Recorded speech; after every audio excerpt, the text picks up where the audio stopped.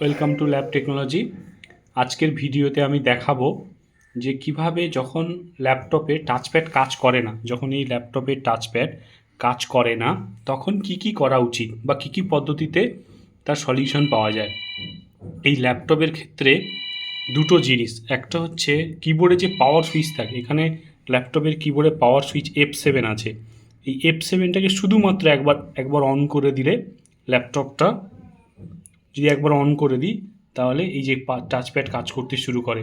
অনেক সময় কি হয়, কিবোর্ডের যে পাওয়ার সুইচে যে টাচপ্যাডের যে পাওয়ার সুইচটা থাকে, সেই টাচপ্যাডের পাওয়ার সুইচটা একবার অন অফ করে দিলে এটা চলতে শুরু করে।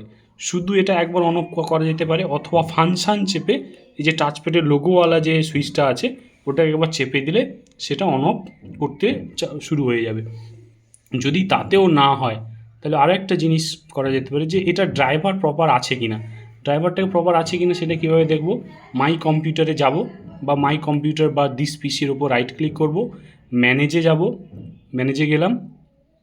এবার আসবে এখানে যে ম্যানেজের পর যে ডিভাইস ম্যানেজার বলে বাঁ সাইডে আছে, এই ডিভাইস ম্যানেজারের উপর ক্লিক করব। ডিভাইস ম্যানেজারের উপর ক্লিক করলাম, তারপরে আমি যাব এইখানে যেটা হিউম্যান ইন্টারফেস ডিভাইস, এইটার উপর ডবল ক্লিক করব। এইখানে HID কমপ্লেন টাচপ্যাড বলে দেখাচ্ছে, এই যে এইটাকে একবার রাইট ক্লিক করে আপডেট ড্রাইভার করে দেবো, দিয়ে সার্চ ড্রাইভার করে দেবো। যদি এটাতে প্রবলেম সলভ হয়ে যায় তাহলে তো ঠিক হয়ে গেল, আর না হলে এইটাকে একবার আনইনস্টল করে দিয়ে, এটাকে এবার আনইনস্টল, যখনই এটাকে আপডেট করব তখন অবশ্যই নেটটাকে কানেক্ট করে রাখতে হবে। নেটটাকে কানেক্ট করে রেখে তারপরে এটা করতে হবে। তারপরে যদি নেট থেকে ড্রাইভারটা নিয়ে নেয় তাহলে ঠিক আছে, আর না হলে এটাকে কি করতে হবে, এই ড্রাইভারটাকে একবার আনইনস্টল করে দিয়ে এটাকে রিস্টার্ট করে দিতে হবে। তাহলে কি হবে, মেশিনে যদি টাচপ্যাডে কোনো সমস্যা থাকে, যতগুলো টাচপ্যাডের ড্রাইভার আছে সবগুলোকে আনইনস্টল করে একবার মেশিনটাকে রিস্টার্ট করে দিলে মোটামুটি প্রবলেম সলভ হয়ে যায়।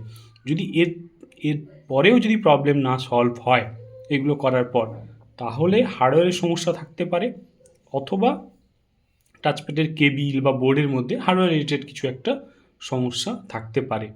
Thank you watching my video. যদি ভিডিও ভালো লাগে তাহলে শেয়ার আর সাবস্ক্রাইব করুন, লাইক করুন। আর নেক্সট পরবর্তী ভিডিওগুলো আনবো ল্যাপটপের বিভিন্ন রকমের সমস্যা নিয়ে। Thank you.